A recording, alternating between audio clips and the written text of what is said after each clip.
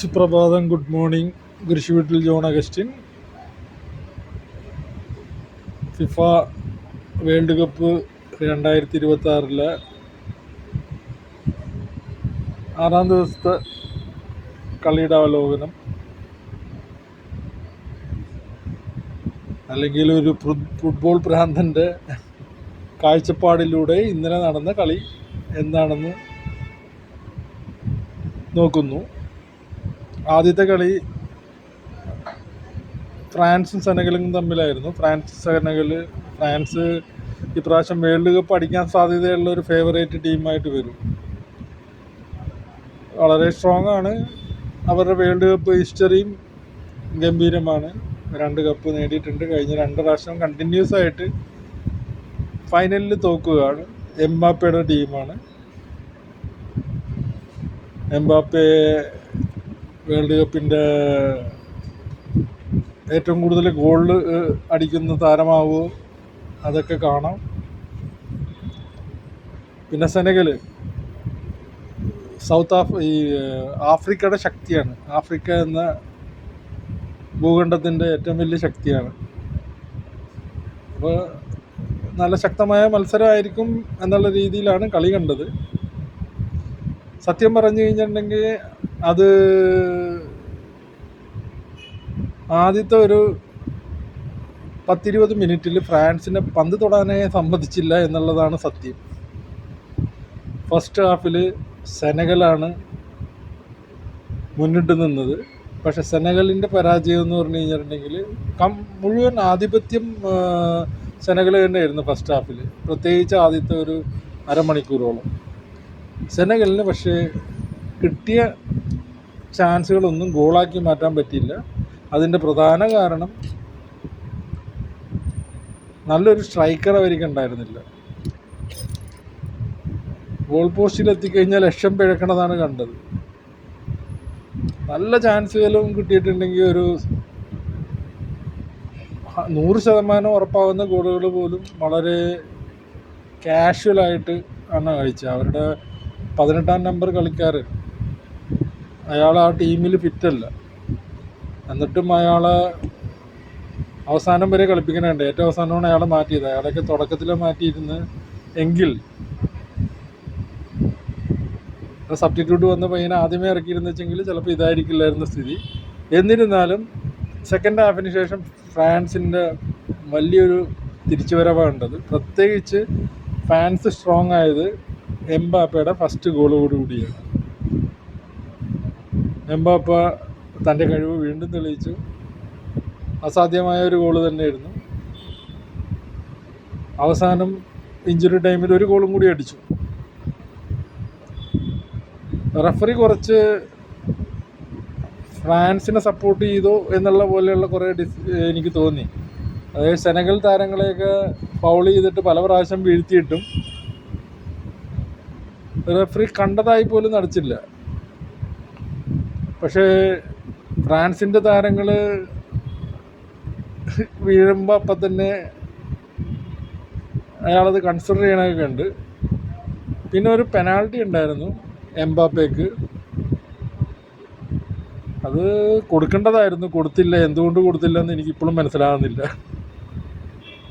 നിയമം അനുസരിച്ചിട്ട്, ഫുട്ബോളിൻ്റെ നിയമം അനുസരിച്ചിട്ട് അത് പെനാൾട്ടിയാണ്, അത് കൊടുത്തില്ല. അപ്പോൾ കളി ഏതായാലും ഫ്രാൻസിൻ്റെ ശക്തമായ തിരിച്ചുവരവാണ് കണ്ടത്. അപ്പോൾ മുന്നോട്ടുള്ള ഫ്രാൻസിൻ്റെ പോക്ക് ഗംഭീരമായിരിക്കും. ഇപ്രാവശ്യം ചിലപ്പോൾ കപ്പടിക്കാൻ സാധ്യതയായിട്ട് തോന്നുന്നുണ്ട്. അതേ ഗ്രൂപ്പിലെ രണ്ടാമത്തെ കളി എന്ന് പറഞ്ഞാൽ ഇറാഖും നോർവേയും കൂടെ തമ്മിലായിരുന്നു. ഇറാഖ് വേൾഡ് കപ്പ് ഹിസ്റ്ററിയൊക്കെ കുറവാണ്. നേരത്തെ പങ്കെടുത്ത വേൾഡ് കപ്പിലൊന്നും അവർ നോക്കൗട്ട് സ്റ്റേജിലൊന്നും പോയില്ല. ഗ്രൂപ്പ് സ്റ്റേജിൽ തന്നെ പുറത്താവുക ചെയ്തത്. എന്നാലും ഒരു ഏഷ്യൻ ശക്തിയാണ് നോർവേ. പ്രതീക്ഷിച്ച പോലെ നല്ലൊരു ടീമാണ്. അവരുടെ ഏറ്റവും വലിയൊരു ഗോളടി യന്ത്രമുണ്ട് അവരുടെ ടീമിൽ. പ്രതീക്ഷിച്ച പോലെ തന്നെ ഇറാഖിനെ 4-1 തോൽപ്പിച്ചു. അതിൽ പ്രത്യേക വ്യത്യാസമൊന്നും കണ്ടില്ല. അപ്പോൾ ആ ഗ്രൂപ്പിൽ ഇപ്പോൾ ഫ്രാൻസും നോർവേയും ആദ്യ കളിയിൽ ജയിച്ച് 3 പോയിൻ്റായിട്ട് മുന്നിലുണ്ട്. സെനഗലും ഇറാഖുമാണ് ഉള്ളത്. സെനഗൽ നല്ല ടീമാണ്, മിക്കവാറും ഇറാഖിനെ തോൽപ്പിക്കും.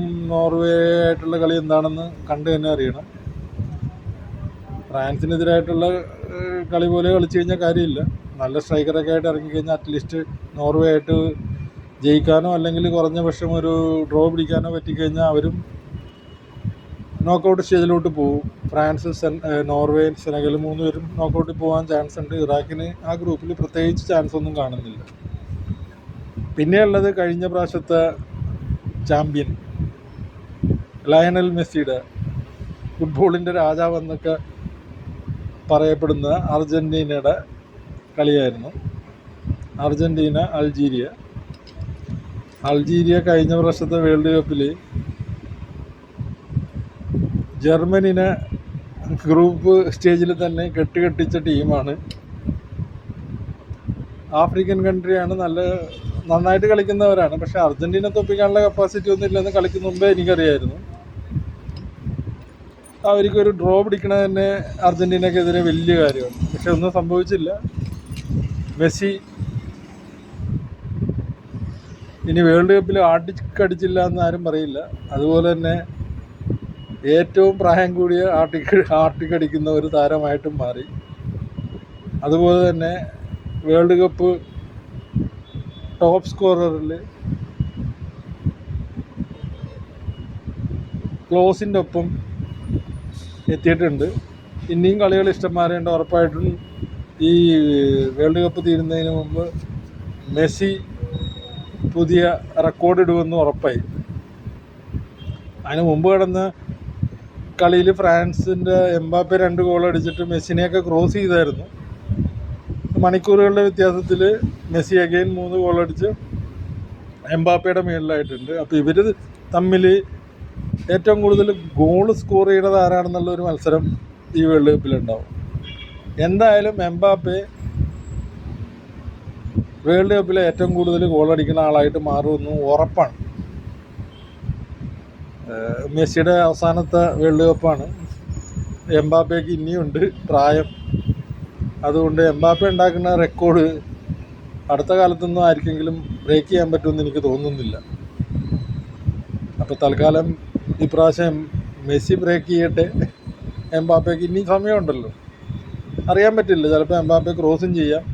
എന്തായാലും അത് നല്ല കാര്യമാണ്. ഫുട്ബോളിനെ ഇഷ്ടപ്പെടുന്ന ആരും അതിന് കുറ്റമൊന്നും പറയത്തില്ല. ഇപ്പോൾ മെസ്സി ആയാലും റൊണാൾഡോ ആയാലും എംബാപ്പെ ആയാലും ഏത് കളിക്കാരനായാലും കൂടുതൽ ഗോൾ അടിച്ചു കഴിഞ്ഞിട്ടുണ്ടെങ്കിൽ ഈ ഫുട്ബോളിനെ ഇഷ്ടപ്പെടുന്ന ആൾക്കാർക്ക് അതിന് പ്രത്യേകതയൊന്നും ഉണ്ടാവില്ല. റെക്കോർഡുകളൊക്കെ എപ്പോഴും ബ്രേക്ക് ചെയ്യാനുള്ളതാണ്. പിന്നെ അവസാനം നടന്നൊരു കളി എന്ന് പറഞ്ഞാൽ ആസ്ട്രിയ ജോർദാനും തമ്മിലുള്ളതാണ്. ആസ്ട്രിയ യൂറോപ്യൻ യൂണിയനിൽ നല്ലൊരു ടീമാണ്. അടുത്ത കാലത്തൊന്നും അവർക്ക് വേൾഡ് കപ്പിൽ ക്വാളിഫൈ ഒന്നും ചെയ്യാൻ പറ്റില്ല. കളിച്ചത് ജോർദാനെതിരെയാണ്. ജോർദാന് വേൾഡ് കപ്പ് ഹിസ്റ്ററി വലിയ കാര്യമായിട്ടൊന്നുമില്ല. ഇതിനു മുമ്പ് ഒരു പ്രാവശ്യം കളിച്ചിട്ടുണ്ടെങ്കിലും വലിയ നേട്ടങ്ങളൊന്നും ഉണ്ടാക്കാൻ പറ്റിയിട്ടില്ല. ഒരു കളി പോലും ജയിച്ചിട്ടില്ല അവർ. പ്രതീക്ഷിച്ച പോലെ തന്നെ ഓസ്ട്രിയ 3-1 ജോർദാനെ തോൽപ്പിച്ചു. ഓസ്ട്രിയ സമ്പൂർണ്ണ ആധിപത്യം പുലർത്തിയ ഒരു കളി തന്നെയായിരുന്നു. അപ്പോൾ അർജൻറ്റീനയുടെ ഗ്രൂപ്പ് ജെ, ഇപ്പം അതിനകത്ത് അർജൻറ്റീനയുണ്ട്, ജോർദാനുണ്ട്, ആസ്ട്രിയ ഉണ്ട്, അൾജീരിയ ഉണ്ട്. അതിലിപ്പോൾ 2 പേര് കളി ജയിച്ച കാരണം അർജൻറ്റീന, ഓസ്ട്രിയ ഉറപ്പായിട്ടും അടുത്ത റൗണ്ടിലോട്ട് പോകും. 3-ാം സ്ഥാനക്കാരുണ്ടാവോ ഇല്ലെന്ന് കാത്തിരുന്ന് കാണണം. അൾജീരിയക്ക് ചാൻസ് ഉണ്ട്, ജോർദാനും ഉണ്ട്. പക്ഷേ ജോർദാനെ തോൽപ്പിച്ചാൽ മാത്രം പോരാ, നല്ല ഗോൾ വ്യത്യാസത്തിൽ തോൽപ്പിക്കേണ്ടി വരും. ചെന്നെങ്കിൽ 3 ഗോൾ അർജൻറ്റീന അടിച്ച് കയറ്റിയിട്ടുണ്ട്.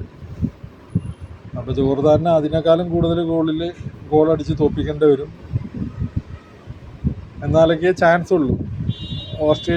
ഓസ്ട്രിയനെ തോൽപ്പിക്കാൻ പറ്റുമോയെന്ന് അറിയില്ല. ബാക്കി കാത്തിരുന്ന് കാണാം. അപ്പം ഇതാണ് ഇന്നലെ നടന്ന കളികളുടെ അവലോകനം. ഇനി ഗ്രൂപ്പ് സ്റ്റേജിൽ അവസാനത്തെ കളി ഇന്നാണ്. അപ്പോൾ ഇംഗ്ലണ്ട്, പോർച്ചുഗൽ, ഗാനയൊക്കെ ഇന്നാണ് കളിക്കാൻ ഇറങ്ങുന്നത്. അതോടെ ഗ്രൂപ്പ് സ്റ്റേജിൽ പങ്കെടുക്കുന്ന 42 രാജ്യങ്ങളുടെയും ഓരോ കളികൾ തീരും.